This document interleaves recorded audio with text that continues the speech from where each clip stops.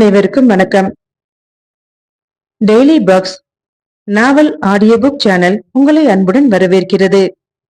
நீங்க சேனலுக்கு புதுவரவாக இருந்தால் சேனலை சப்ஸ்கிரைப் பண்ணிட்டு பெல் ஐக்கானையும் கிளிக் பண்ணிக்கங்க. அப்டேட் அண்ட் நோட்டிபிகேஷன் உடனுக்குடனே உங்களுக்கு வந்துரும். வீடியோ உங்களுக்கு பிடிச்சிருந்தா லைக் பண்ணிட்டு உங்களோட ஃப்ரெண்ட்ஸ் அண்ட் ஃபேமிலி மெம்பர்ஸ்க்கும் ஷேர் பண்ணிடுங்க. கதையின் குரலாக சங்கீதா. பல்லவன் தந்த அரியணை. அத்தியாயங்கள் 33 மற்றும் 34. அத்தியாயம் 33. பல்லவ தனுசு. அந்த ஆயுத சாலையை நெடுநேரமாக சுற்றி பார்த்து கொண்டிருந்தனர் மானவர்மனும் சமராபிராமனும். தளபதி பரஞ்சோதியார் தான் அவர்களை அங்கே அழைத்து வந்திருந்தார். மானவர்மன் புதிய உபதலைவனாக நியமிக்கப்பட்டிருந்ததாலும் காஞ்சி கோட்டையின் பாதுகாவல் பொறுப்புகள் அவனிடமே விடப்பட்டிருக்கிறது என்பதாலும் அவனுக்கு அரண்மனையின் ஆயுத சாலையையும் அவைகளை காட்டவும் அங்கே என்னென்ன போர் சாதனங்கள் அமைக்கப்பட்டிருக்கின்றன என்பதை அவனுக்கு விலக்கி செல்வதற்காகவும் அழைத்து கொண்டு வந்திருந்தார். ஆனால் மானவர்மனும் சமராபிராமனும் அந்த ஆயுத சாலையில் நுழைந்ததுமே ஏதோ ஒரு அற்புதமான விந்தைகள் நிகழ்த்துகிற ஜால கூடத்திற்குள் நுழைந்து விட்டது போல தன் பயம் இழந்தவர்களாக ஒவ்வொரு ஆயுதத்தையும் கண்டு வியந்து வெளிமலர்ந்து நின்று கொண்டிருந்தனர். வாள்களில் இத்தனை வகை இருக்கின்றனவா? கேடயங்களில் இத்தனை கலை நுணுக்கங்கள் கூட சிறந்திருக்குமா என்ன? மானவர்மன் ஓர் அழகிய நீண்ட வாளையும் வேலைப்பாடு மிக்க கேடயம் ஒன்றையும் எடுத்துக்கொண்டு போர் புரிவது போல சுழற்றி பார்த்தான். வேல்கள், ஓஹோ, எத்தனை கூர்மையாக எவ்வளவு நீளமாக அமைந்திருக்கின்றன! மானவர்மனும் சமராபிராமனும் மானசீகமாக அந்த வேல்களை எடுத்து எங்கோ நெடுந்தொலைவுக்கு அப்பால் குறிவைத்து எரிந்தனர் என்றே சொல்லலாம். குறுவாள்கள், ஆஹா, அவற்றில்தான் எத்தனை எத்தனை அழகிய கைப்பிடிகள்! அந்த சின்ன கைப்பிடிகளில் சிலிர்த்து நிற்கும் சிங்கத்தின் முகத்தை எத்தனை நுட்பமாக அமைத்திருக்கின்றனர்! இப்படி ஆபரண சாலையில் புகுந்த அணங்குகள் போல அந்த வீர இளைஞர்கள் ஆயுத வகைகளை, அவற்றின் கலை நுட்ப தன்மைகளை, உறுதியை, உபயோகிக்கும் விதத்தை ஆராய்ந்து ரசித்து சிலாகித்துக் கொண்டிருப்பதைக் கண்டு பரஞ்சோதியார் மனதிற்குள் மகிழவே செய்தார். மானவர்மனின் வீரத்தை அவர் நன்றாகவே அறிவார். திருக்கழுக்குன்றத்து படைக்கோட்டத்தில் அவன் பயிற்சி பெற்றுக் கொண்டிருந்த போது போர்க்கலைகளில் அவனுக்கு உள்ள நுட்பமான அறிவைக் கண்டு பலமுறை அவர் வியந்திருக்கிறார். ஆர்வமும் ஆற்றலும் மிக்க அந்த வீர இளைஞன் காஞ்சி கோட்டையை காக்கும் நிலைப்படைக்கு தலைமை ஏற்றிருப்பது குறித்து அவர் மிகுந்த மகிழ்வடைந்தார். ஆயுத சாலையை அவர்கள் சுற்றி பார்த்து கொண்டிருந்த போது தளபதி அவர்களை மன்னர் உடனடியாக அழைத்து வர சொன்னதாக தகவல் வரவே, நீங்கள் இருவரும் ஆயுத சாலையை நன்றாக சுற்றி பாருங்கள், நான் மன்னரை பார்த்துவிட்டு விரைவாக திரும்பி வருகிறேன் என்று கூறிவிட்டு சென்று விட்டார். தொடர்ந்து அவர்கள் இருவரும் ஆயுத சாலையை சுற்றி பார்த்து கொண்டிருந்தனர். போர் வீரர்களின் உடைகள், தலைக்கவசங்கள், காலணிகள், முழங்கை, முழங்கால் போன்ற பகுதிகளில் எதிரிகளின் ஆயுதங்களின் வீச்சு உடனடியாக ஆபத்துகளை விளைவித்து விடாது காக்கும் கவச உரைகள் போன்றவை அவர்களின் கண்களை கவர்ந்தன. படைப்பிரிவுகளின் தலைவர்கள் அணியும் இரும்பு கவச உடைகள், சல்லடங்கள் ஒருபுறம் அணிவகுத்திருந்தன.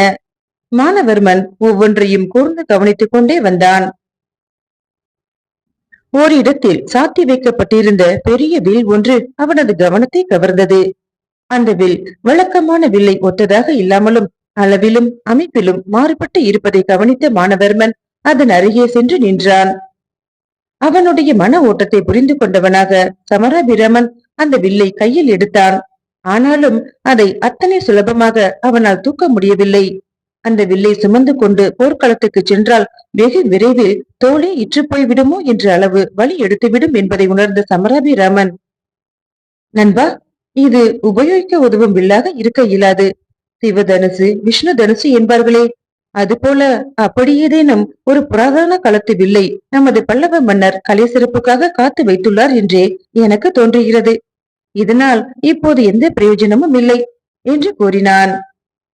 அப்போது அந்த ஆயுத சாலையில் இருந்த பணியால் ஒருவன், கொடும்பாளூர் இளவரசரும் இலங்கை இளவரசரும் மன்னிப்பதானால் நான் ஒன்று சொல்ல விரும்புகிறேன் என்று மிகவும் பணிவுடன் வினவினான். சொல் என்று பணித்தான் சமராபிராமன். இந்த பல்லவ தனுசு பழங்கால கலைப்பொருள் அல்ல. மிக மிக சக்திமிக்க ஆயுதமாக இப்போதும் உபயோகிக்கக்கூடிய நிலையில் இருப்பதே என்றான் அந்த பணியாள். பல்லவ தனுசா என்று வியப்புடன் வினவினான் மானவர்மன். ஆம் பிரபு, சிவதனுசுக்கு நிகரான இந்த வில் ஓர் எந்திர வில்.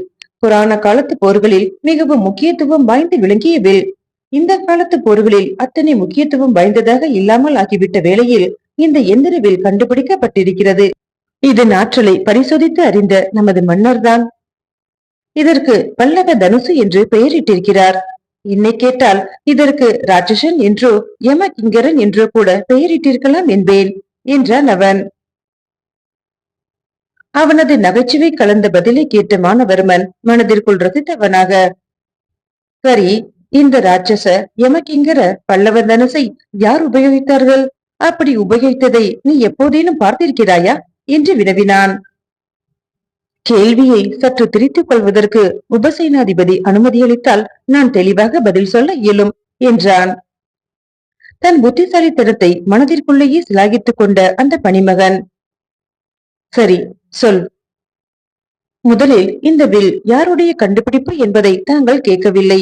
அதற்குமே நான் பதில் சொல்கிறேன். சோமாதித்தன் என்று ஒரு பல்லவ ஒற்றன் திடீரென அரண்மனைக்கு வருவார். தங்க தடையின்றி எங்கும் உலாவுவார். அரசரின் அறைக்குள் கூட மிக சுதந்திரமாக சென்று வருவார். தளபதி பரஞ்சோதி போன்ற மிகவும் முக்கியமானவர்களுக்கு கூட இந்த சோமாதித்தன் யார் என்றே தெரியாதாம். ஆனால் அந்த மனிதருக்கு இந்த காஞ்சி அரண்மனையில் இருக்கிற செல்வாக்கு என்று சொல்லிக்கொண்டே போனவனை இடைமறித்த சமராபிராமன், சோமாதித்தனை எங்களுக்கு தெரியும், நீ சுற்றி வளைக்காமல் விஷயத்தை சொல் என்றான். அந்த சோமாதித்தனின் அரிய கண்டுபிடிப்புதான் இந்த ராட்சச எந்திரவில். அவர் வில்லை எடுத்து அம்புகள் போட்டு எய்ததை நான் கண்ணால் கண்டிருக்கிறேன். அதை வித்தை என்பதா கண்கட்டு வித்தை என்பதா என்றுதான் எனக்கு தெரியவில்லை. ஒரே சமயத்தில் 7 இலக்குகளை தாக்கி வீழ்த்துவார்.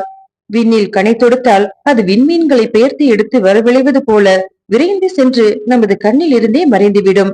அது மறுபடியும் பூமியில் விழுவதற்குள் நாம் சாவகாசமாக ஒரு பகடை விளையாட்டை முடித்து விடலாம். ஒரு சமயம் அவர் ஓர் அசோக மரத்தின் மீது அம்பை எய்தார். அது மரத்தை துளைத்துக் கொண்டு அப்பால் சென்று விட்டது. இப்படி ஒரு மரத்தை துளைத்து செல்லும் அளவு அம்பு எய்யும் வில்வித்தை இப்போது யாருக்கும் தெரிந்திருக்குமா என்பது கூட சந்தேகம்தான். சோமாதித்தனையும் இந்த வில்லையும் பற்றி நினைத்தாலே இப்போது இங்கே பல வீரர்களுக்கு நடுக்கம்தான் என்று அந்த பணியால் சொல்லி முடித்ததும் அந்த வில்லையும் அதன் ஆற்றலையும் எண்ணி வியக்காமல் இருக்க முடியவில்லை மானவர்மனால். கண்கூடாக தானே என்று விண்ணில் நிகழ்ந்த அற்புதத்தை கண்டிருந்ததாலும் அதை நிகழ்த்தியவன் சோமாதித்தனாகத்தான் இருக்க வேண்டும் என்று அவன் ஊர்ஜிதமாக எண்ணியதாலும் அவன் ஒரு வீரனுக்கே உரிய மனநிலையில் இந்த வில்லை எப்படி கையாள்வது என்பதை நாம் அவசியம் கற்றே ஆக வேண்டும். அதற்காக சோமாதித்தனை பணிந்து வணங்கினாலும் பாதகமில்லை என்று எண்ணலானான். இது என்ன பிரமாத வில்? இது ஒரு மரத்தைத்தானே துளைக்கும். ராமனின் வில் 7 மரங்களை துளைத்ததாக சொல்வார்களே. அதன் முன்பு இது சாதாரண வில்தான் என்று விளையாட்டாக பேசினான் சமராபிராமன். உடனே அவனை மறுத்த மானவர்மன், நண்பா, அப்படி சொல்லாதே. இந்த வில்லின் ஆற்றலை குறைத்து மதிப்பிட முயல்வதை விட இதில் நாம் பயிற்சி எடுத்துக் கொள்வதே புத்திசாலித்தனமானது என்று கூறியவாறே அந்த எந்திர வெள்ளையும் அதன் அருகே தொங்கி அம்பரா துளியில் இருந்த கூறிய அம்புகளையும் உற்று நோக்கி ஆராய்வதில் தனது புத்தியை செலுத்த ஆரம்பித்தான். அதே சமயம் சோமாதித்தனே அங்கு வந்து சேர்ந்தான். அவன் எத்தனை அதிர்ச்சி தரும் தகவலை கூறப்போகிறான் என்பதை உணராமல், சோமாதித்தா, வா, உன் அரிய கண்டுபிடிப்பான எந்திர வில்லைத்தான் நாங்கள் பார்த்து கொண்டிருக்கிறோம் என்று கூறி அவனை உற்சாகமாக வரவேற்றான் மானவர்மன். அத்தியாயம் 34. மகேந்திரவர்மரின் ஆவி. மானவர்மனும் சமராபிராமனும் தன்னை உற்சாகத்துடன் வரவேற்று, உன்னுடைய அரிய கண்டுபிடிப்பான வில்லைத்தான் நாங்கள் பார்த்து கொண்டிருக்கிறோம் என்று கூறியதை கேட்டதும் சோமாதித்தன் பலமாக தலையை ஆட்டி அவர்கள் கூற்றை மறுத்தான். அத்துடன், இந்த எந்திர வில்லை கண்டுபிடித்தது நான் தான் என உங்களுக்கு யார் சொன்னார்கள் என்று வினவவும் செய்தான். இந்த பணியால் தான் சொன்னான். இந்த வில்லை கண்டுபிடித்தவன் என்பதால் உனக்கு மன்னரிடம் அதிக செல்வாக்கு என்றும் அதனாலும் இந்த எந்திர வில்லை அசுரத்தனமாக கையாள்வதிலும் அம்புமலை பொழிவதிலும் வல்லவன் என்பதாலும் உன்னை கண்டு மற்ற வீரர்கள் அனைவரும் நடுங்குவதாகவும் கூட இவன் கூறினானே என்றான் மானவர்மன். அவன் அதீத கற்பனைகளுடன் என்னை பற்றி தங்களிடம் சிறப்பித்து பேசியிருக்கிறான். இந்த எந்திரவெளியின் ஆற்றல் பல்லவ வீரர்களை பெரிதும் வியப்படைய செய்திருப்பது என்னவோ உண்மைதான். ஆனால் இதைக் கண்டு அவர்கள் என்னிடம் ஏன் அச்சம் கொள்ள வேண்டும்? இதை நான் பல்லவ வீரர்களின் மீது பிரயோகிக்கப் போகிறேனா என்ன? பரிச்சார்த்தமாக உருவாக்கப்பட்டுள்ள இந்த வில் உண்மையிலே பயன் தரக்கூடியது என்று மன்னரால் அங்கீகரிக்கப்பட்டுள்ளதால் இது போன்று ஏராளமாக உருவாக்கப்படுகின்றன. அவற்றை கையாளும் வித்தையை நானே பல்லவ படைப்பிரிவிற்கு கற்றுத்தர இருக்கிறேன். அப்படி இருக்க என்னை கண்டு பல்லவ வீரர்கள் நடுங்குவார்களா என்ன? தவிர பல்லவ ஒற்ற படைப்பிரிவுக்குள் முக்கியத்துவம் வாய்ந்த ஒருவன் என்பதால் எனக்கு மன்னரிடம் சற்று நெருக்கம் அதிகம். அதை யாரும் அனர்த்தம் செய்து கொள்வார்களா என்ன என்றான் சோமாதித்தன். சரி, இந்த எந்திர வில்லை நீ கண்டுபிடிக்கவில்லை என்றாயே, அப்படியானால் இதை யார் உருவாக்கினார்கள்? அது மிகவும் ரகசியமானது. இருப்பினும் மன்னருக்கு நெருங்கிய நண்பர்கள் என்பதாலும் பல்லவ நாட்டின் நலனில் அக்கறையுள்ள இளவரசர்கள் என்பதாலும் உங்கள் இருவரிடமும் சொல்கிறேன் என்று சோமாதித்தன் அருகில் இருந்த ஆயுதசாலை காவலனையும் பணியாளனையும் அங்கிருந்து அகன்று செல்ல செய்துவிட்டு கூறினான். இந்த எந்திர வில்லினை உருவாக்கியவர் அருள் நந்தி அடிகள் என்று. என்ன, அருள் நந்தி அடிகளா? அந்த துறவியா இந்த உயிர்கொல்லி கருவியை கண்டுபிடித்திருக்கிறார்? ஆச்சரியமாக இருக்கிறதே என்றான் மானவர்மன். பகைவர்கள் படையெடுத்து வரும்போது கொல்லா நோன்பினை கடைபிடித்தா வருவார்கள்? அவர்களை விரட்டியடிக்க கொல்லும் அம்புகளை ஏவாமல் பூமழையா பொழிய முடியும் என்று குரலில் இகழ்வுடன் வினவினான் சோமாதித்தன். அதற்கில்லை சோமாதித்தா, புத்த மதத்தை சேர்ந்தவன். ஆனாலும் ஓர் இளவரசன் என்ற முறையில் நானும் போர்க்கலைகளை அறிந்தவன் தானே. போர் அறம் என்னவென்று எனக்கு தெரியாதா என்ன? ஞானம் பழுத்த சிவனறி செல்வராக திகழ்ந்த அந்த அருளாளரா ஆயுதங்களை உருவாக்க அறிந்திருக்கிறார்? அந்த வியப்பில் தான் வினவினேன் என்றான் மானவர்மன். அருளாளர் தான் மானவர்மரே, ஆனால் சாதாரண துறவி இல்லை அவர். அப்படி இருந்தால் அன்று திருக்கோவிலூர் காட்டில் தென்பெண்ணை அற்றங்கரையில் கையில் ஏந்திய விஷ நாகங்களுடன் உங்களை சூழ்ந்து கொண்ட மலையமானின் நாட்களின் முன்பு காட்டு புதல்களில் தீப்பிடிக்க செய்து அற்புதம் நிகழ்த்தி உங்களை மீட்டிருக்க முடியுமா என்ன? அவர் ஆற்றல் நிறைந்த சித்த புருஷர். அந்த சித்த ஞானம்தான் இந்த எந்திர வில்லையும் உருவாக்கி இருக்கிறது என்றான் சோமாதித்தன். இதை கேட்டுவிட்டு மானவர்மன் விழாநோக சிரித்தான். நன்றாக இருக்கிறது சோமாதித்தா. அவர்தான் ஆற்றல் நிறைந்த சித்த புருஷர் என்கிறாயே. காட்டு புதரில் கைப்பிடி அளவு விபூதியை எரிந்து தீப்பிடிக்க செய்தது போல பல அற்புதங்களை செய்தே எதிரிகளை விரட்டியடித்து விடலாமே. பிறகு ஏன் இந்த வில்லை கண்டுபிடிக்க வேண்டும் என்று வினவவும் செய்தான். மானவர்மரே, அருள்நந்தியடிகளை பழிக்க வேண்டாம். சித்த புருஷர்கள் எல்லோருமே பல நுண்ணிய கலைகளில் வல்லவராகத்தான் திகழ்வார்கள். சித்து என்பதை ஒரு நுண்கலைதான். அது சாதாரண மனிதர்கள் பயின்றறிய இயலாததே. தவிர மனித சக்திக்கு அப்பாற்பட்டது அல்ல. ஞானவான்களாக திகழ்பவர்கள் அறிவின் ஆற்றலால் கண்டுபிடித்து நிகழ்த்திய பல அற்புதங்களையே சித்து என்று சாமானியர்கள் கூறுவது வழக்கம். மனித குலம் கற்றறிந்து மேம்பாடு அடையவென்றே சித்தஞான புருஷர்கள் கண்ட சிறந்த வித்தைகள் எல்லாம் காலப்போக்கிலே கற்றறிவாரின்றி சீரழிந்ததோடு அந்த வித்தைகளை பற்றிய சூட்சும சூத்திரங்கள் அடங்கிய சுலோக சுவடிகள் எல்லாம் வெறும் மாய மந்திர நூல்கள் என புறக்கணிக்கப்பட்டு ஒதுக்கப்பட்டு விட்டன. ஞான மேம்பாடு அடைந்த அறிஞர் சிலர் அந்த நூல்களை முறையாக பயிற்றுவிக்கும் குருவின்றி தாமே கற்றறிந்து செயல்பட முனைகையில் முழுவதுமாக வெற்றி காண இல்லாமல் போய்விடுகிறது. ஒன்றிரண்டு வெற்றிகளையும் வெறும் வேடிக்கையின்றே மனிதர்கள் எண்ணி விடுகின்றனர்.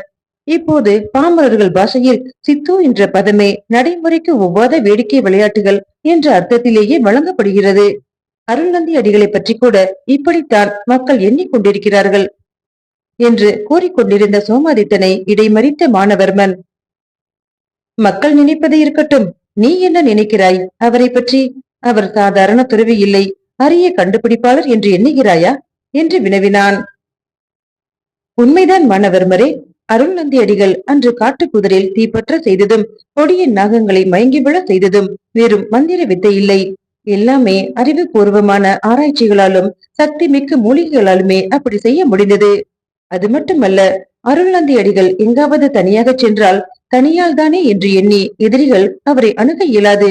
அப்படி துணிந்து யாராவது அவரை நெருங்கினால் திடீரென்று பொழிகிற கல்மழையில் சிக்கி தலை உடைப்பட்டு மடிய நேரிடும். இதை சில எதிர்பாராத தருணங்களில் கண்ட கிராமத்து வாசிகள் அவரை சுற்றி பேய்கள் காவல் இருப்பதாக கதை கட்டி பரப்பி கொண்டிருந்தனர். அன்று மலையமான் அந்த விருந்தினர் மாளிகையின் முன்னால் அடர்ந்திருந்த தோப்பிலே அடிகளை சிறைப்பிடிக்க ஏவிய ஆட்களிடம் இருந்தும் கூட அந்த பேய்கள் தான் கல்மழை பொழியச் செய்து அவரை காத்தன. ஆனால் அவை பேய்கள் அல்ல, அவரது சீடர்கள் தான் என்பதை நான் மட்டுமே அறிவேன். தொடர்ச்சியாக கற்களை சுற்றி எறிய கல்லறி கவன்களை ஏந்திய அவர்களை இன்னும் பேய் என்றுதான் மலையமான் கூட எண்ணிக்கொண்டிருக்கிறான் என்று கூறிய சோமாரித்தனிடம், அருள்நந்தி அடிகளின் ஆசிரமத்தில் அப்படி எந்த சீடர்களையும் நான் காணவில்லையே. அவரை சுற்றி யாரும் தொடர்ந்து மறைந்திருப்பதாக கூட எனக்கு தோன்றவில்லையே என்றான் மானவர்மன். எப்போதுமே அடிகளை சுற்றி நிழல் போல சிலர் தொடர்ந்து வருவதை நான் அறிவேன். அவர்கள் யார், எந்த வேடத்தில் வருகிறார்கள் என்பதைத்தான் மற்றவர்களால் அறிய முடியாது. அன்று உங்களை வஜ்ரவர்மன் சிறைப்படுத்தி சென்ற போது வன வேடர்கள் சிலர் மரங்களின் மீது மறைந்திருந்து மீட்டார்களே, அவர்கள் எல்லாம் அடிகளிடம் பயிற்சி பெற்ற வீரர்கள்தான், சாதாரண வேடர்கள் அல்ல என்று புதிர்மேல் புதிராக சொல்லிக்கொண்டே போனான் சோமாதித்தன். நீ சொல்வதை பார்த்தால் அருள்நந்தி அடிகள் பெரும் துறவியல்ல என்பது உண்மையாகத்தான் இருக்க வேண்டும். அத்துடன் அவர் ஏதோ அரசியல் தொடர்பு உள்ளவராகவும் கூட ரகசிய நடவடிக்கைகளில் தொடர்பு உள்ளவராகவும் இருக்கக்கூடும் என்றான் மானவர்மன். அதுவும் கூட உண்மைதான் இளவரசி. அவர் காலம் சென்ற பல்லவ மன்னர் மகேந்திரவர்மரின் நெருங்கிய தோழர் என்றும் மறைந்து போன தனுர் சாஸ்திர நூல்களை நன்கு அறிந்தவர் என்றும் தெரிய வந்திருக்கிறது. சில பெரியவர்கள் அவரை மகேந்திரவர்மரின் ஆவி என்றே கருதுகின்றனர். ஏனென்றால் மகேந்திர பல்லவர் விசித்திர சித்தர் என்று அழைக்கப்பட்டவர், உருமாறும் கலைகளில் வல்லவர். அவர் எந்த வேடத்தில் யாருடன் உலாவுகிறார் என்பதை யாராலுமே அறிய முடியாது. அவருடைய ஆவியே பல்லவ நாட்டின் இரட்சையாக யாரோ ஒரு சமாதியடைந்த துறவியின் உடலில் புகுந்து கொண்டு உலாவுவதாகவே அந்த பெரியவர்கள் கருதுகின்றனர். சாளுக்கியர்கள் இதர தமிழ் மன்னர்களுடன் திரண்டு பல்லவத்தின் மீது படையெடுத்து வந்தால் அந்த படையெடுப்பை முறியடிக்கவே அருள்நந்தி அடிகள் இந்த எந்திரவில் போன்ற அரிய கண்டுபிடிப்புகளை எல்லாம் உருவாக்கி வருகிறார். ஆனால் துரதிருஷ்டவசமாக நமது மன்னர் நரசிம்மவர்மர் இதையெல்லாம் முழுவதுமாக ஒப்புக்கொள்ள மறுக்கிறார். அதனால்தான் இந்த எந்திரவில்லை நானே உருவாக்கியதாக கூற நேர்ந்திருக்கிறது. அப்படியானால் நீ நரசிம்ம பல்லவரையே ஏமாற்றுகிறாய் என்றுதானே பொருள்? அப்படியில்லை, யாரையும் ஏமாற்றுவது என்ற பிரச்சனையே இதில் இல்லை. மன்னருக்கு நான் சொன்ன விவரங்கள் அனைத்துமே தெரியும். அருள்நந்தி அடிகளை சந்திக்கவும் மன்னரே திருக்கோவிலூருக்கு வந்தார். மலையமானும் சாளுக்கிய இளவரசன் விக்ரமாதித்தனும் செய்த சதி வேலைகளால் மன்னர் உயிருக்கு ஆபத்து எதுவும் நேர்ந்துவிடக்கூடாது என்று அருள்நந்தி அடிகளே இப்போது நமது சந்திப்பு நிகழ வேண்டாம் என்று கூறிவிட்டார். தனுர்வேதம் என்ற பழைய நூல்கள் கூறும் விஷயங்கள் நடைமுறைக்கு ஒத்துவரக்கூடியவைதானா என்பதில்தான் மன்னருக்கு சந்தேகம். யாரோ ஒரு துறவியின் பேச்சை நம்பி பல்லவ மன்னன் ஏமாந்தான் என்ற அவப்பெயருக்கு ஆளாகிவிடக் கூடாது அல்லவா? தவிர உண்மையிலேயே அவை நிஜமானது, பயன் தரத்தக்கது என்பதை அவசரப்பட்டு வெளிப்படையாக்கிவிட்டால் இந்த அரிய கண்டுபிடிப்புகளால் பல்லவ நாடு பயன்பெறுவதற்குள் எதிரிகளிடம் ரகசியங்கள் சிக்கவும் நேரக்கூடும். இதனால் எல்லாம் தான் சோமாதித்தன் என்ற பல்லவ வீரன் ஒரு புதிய எந்திரவில்லை கண்டுபிடித்திருக்கிறான் என்ற அளவிலே இந்த விஷயத்தை பலருமே அறிய செய்திருக்கிறார் பல்லவ மன்னர் என்றான் சோமாதித்தன். நன்றாக இருக்கிறதே தனுர் சாஸ்திரத்தின் கதை என்றான் மானவர்மன். சமராபிராமனும் அவனுடன் சேர்ந்து கதை போலத்தான் இருக்கிறது என்றான். கதையில்லை இளவரசே, தனுர் சாஸ்திரம் எங்கள் முன்னோர்களின் அரிய கண்டுபிடிப்பு. காலத்தின் கொடிய கரங்களால் அளிக்கப்பட்டிருந்த அந்த அரிய எந்திர சாஸ்திரத்தை மீண்டும் உயிர்ப்பித்து உலகுக்கு அளிக்க விரும்புகிறார் அருள்நந்தி அடிகள், அவ்வளவுதான். முன்னர் ஒருபோது இந்த பல்லவ நாட்டில் லலிதாலயன் என்றொரு சிற்பி இருந்தான். அவன் அரச மாளிகைகளை பல அடுக்குகள் கொண்ட 96 வகை மேன்மாடங்களுடன் அமைப்பதிலே வல்லவன். கோட்டை கொத்தளங்களை உருவாக்கும் போது நுட்பமான சிற்ப வேலைப்பாடுகளுக்கு நடுவே 6 விதமான பொறிகளை அவன் அமைத்து விடுவான். நிலவரை பாதைகளை அமைப்பதிலும் அவன் சமர்த்தன். லலிதாலயன் அமைக்கிற கோட்டைகளை எதிரிகளால் அவ்வளவு எளிதில் நெருங்கவே முடியாது. அவனுடைய தந்தை மந்தாதா என்பவன் இயந்திர தலைகள் பொருத்தப்பட்ட இரும்பு கவசம் அணிந்த பொம்மை மனிதர்களை உருவாக்கி போர்க்களங்களுக்கு அனுப்பும் ஆற்றல் உடையவன். அந்த எந்திர மனிதர்களை எதிர்த்து போரிட மனிதர்களால் இயலாது. மந்தாதா ஒரு பெரிய மாயாஜாலக்காரன் என மக்களிடம் பெயர் பெற்றிருந்தான். மேகங்களை விரட்டி சென்று இஷ்டப்பட்ட இடங்களில் மழை பொழிய செய்வானாம் அவன். போர்க்களங்களிலே யானைகளின் மத்தகங்களை உலக்கை போன்ற பெரிய அம்புகளை எய்து பிளந்து காட்டி இருக்கிறானாம். காலஞ்சென்ற மாமன்னர் மகேந்திர பல்லவரின் தந்தை சிம்ம விஷ்ணுவின் காலத்தில் வசித்தவன்தான் இந்த லலிதாலயன். அவனை தண்டிக்கவி சந்தித்திருக்கிறார். அவன் எழுதிய சூத்திரக சரிதம் என்ற வேறொரு நூல் இன்னும் இருக்கிறது. ஆனால் அவனும் அவன் தந்தையும் அறிந்திருந்த எந்திர வித்தைகள்தான் முழுவதும் அறிய முடியாமல் அழிந்து போய்விட்டன. கிடைத்த ஒன்று இரண்டு ஓலைகளை வைத்து அருள்நந்தி அடிகள் மறுபடியும் அந்த பயனுள்ள நூல்களுக்கு உயிர் ஊட்ட முயன்று கொண்டிருக்கிறார் என்று கூறிக்கொண்டே இருந்த சோமாதித்தன் திடீரென, இந்த எந்திர வில்லை எங்கே பயன்படுத்த மன்னர் விரும்புகிறார் தெரியுமா என்று ஒரு கேள்வியை வீசினான். எங்கே என்று இருவரும் ஏக காலத்தில் வினவினர். இலங்கையில். என்ன, இலங்கையிலா? எப்போது? அதை பற்றியெல்லாம் மன்னரே தங்களிடம் பேசுவார். நான் முக்கியமாக சொல்ல வந்த செய்தி ஒன்றை சொல்லாமலே வேறு ஏதேதோ சொல்லிக் கொண்டிருந்து விட்டேன். அப்படி என்ன முக்கியமான செய்தி? இலங்கையில் இருந்து நூற்றுக்கணக்கான புத்த பிக்ஷுக்கள் மல்லை துறைமுகத்திற்கு வந்திருக்கின்றனர். அதை பற்றிதான் தங்களிடம் சொல்ல வந்தேன். புத்த பிக்ஷுக்களா? நூற்றுக்கணக்கிலா? ஏதேனும் புத்த பிக்ஷுகளின் சம்மேளனம் நடக்க இருக்கிறதா என்ன? சம்மேளனம் இல்லை. சிங்களத்தில் அவர்களுக்கு சங்கடங்கள் நேர்ந்துள்ளனவாம். அனுராதபுரத்து அராஜக ஆட்சியால் விரட்டியடிக்கப்பட்டவர்கள் அவர்கள். இதை கேட்டதும் மானவர்மன் மனம் குமரினான். செவிகளை பொத்திக் கொண்டு, போதும் சோமாதித்தா, நிறுத்து. இனியும் சொன்னால் என் இதயம் வெடித்துவிடும் என்று பதறினான். சிங்கள திருநாடு அரபோர்களின் சாபங்களையும் பெற துவங்கிவிட்டதா என்ன? பொத்த குட்டனின் துஷ்ட புத்தி புனிதமிகு புத்த பிக்ஷுகளை விரட்டி அடிக்கும் அளவு துணிந்து விட்டதா என்றெல்லாம் எண்ணி மனம் சோர்ந்தான் அவன். புத்த பிக்ஷுகளை உடனே கடல்மல்லை துறைமுகத்திற்கே சென்று சந்திக்க துடித்தது அவனது மனம். ஆனால் அப்படி உடனே செல்ல முடியவில்லை அவனால். பின் குறிப்பு: லலிதாலயன் தண்டிக்கவியின் தசகுமார சரிதம் என்ற நூலில் இந்த சிற்பியை பற்றிய விவரங்கள் குறிப்பிடப்பட்டுள்ளன.